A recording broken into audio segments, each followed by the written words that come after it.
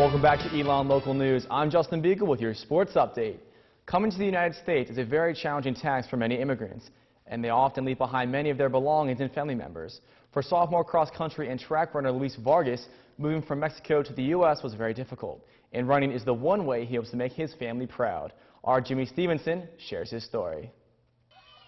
Luis Vargas Hernandez holds multiple cross-country and track school records as a Phoenix. But a lot of endurance was required to get him where he is today. The Mexican-born sophomore moved to America at the expense of his father's sacrifice. None of his brothers, none of his sisters, and his mom and dad, they all stayed back.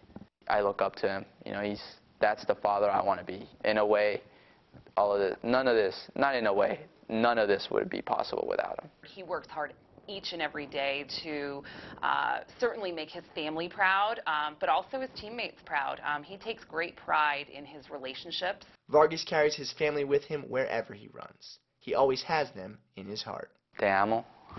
I love you guys. Yeah. Gracias. Thank you.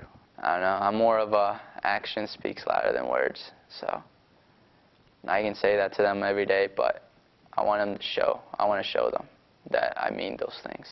Vargas has made strides to make his family proud. His older brother Eduardo has always been a role model, but as Luis embarked on his journey to Elon, being the first person in his family to go to college, Eduardo started to see him in a new light. Definitely, growing up, my brother was my hero, and he was always looking out for me. He always, taught me the right things, and I just look up to him. He's just my big brother. I know he'll always have my back no matter what.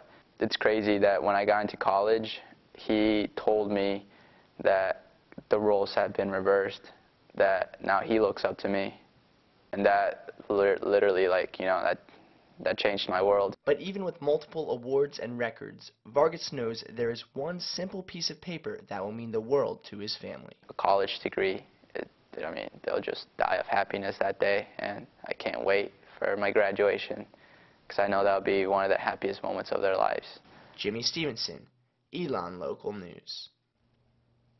With the winter indoor track season just underway, it did not take long for freshman Megan Kirschling to stamp her name in the Elon record books.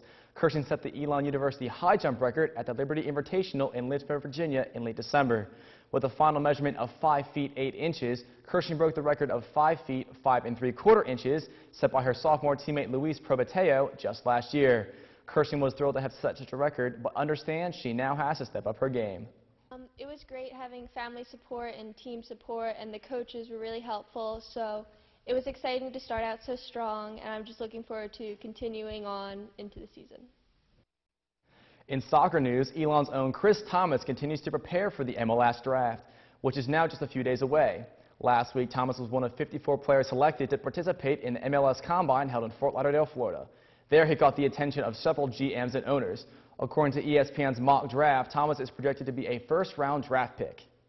Meanwhile, senior wide receiver Aaron Millett readies himself for the Senior Bowl, which will be played on January 26th in Mobile, Alabama. Millett was invited to play after an 18-touchdown, 1,400 receiving yards season. Now, the NFL draft is not until April, but Sports Nation's Dan Cater lists Millett as the 16th best receiver coming out of college.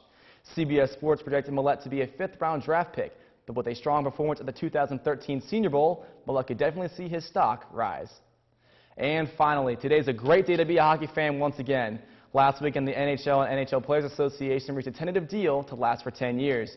Yesterday, players and coaches returned to the ice for the first day of training camp, and it was clear that everyone was glad to get back to work. The 48-game season is set to begin on Saturday, January 19th at 3 p.m. with the Pittsburgh Penguins taking on the Philadelphia Flyers. So yes, Nicole and Brendan, there will in fact be a hockey season this year. That's your latest in sports.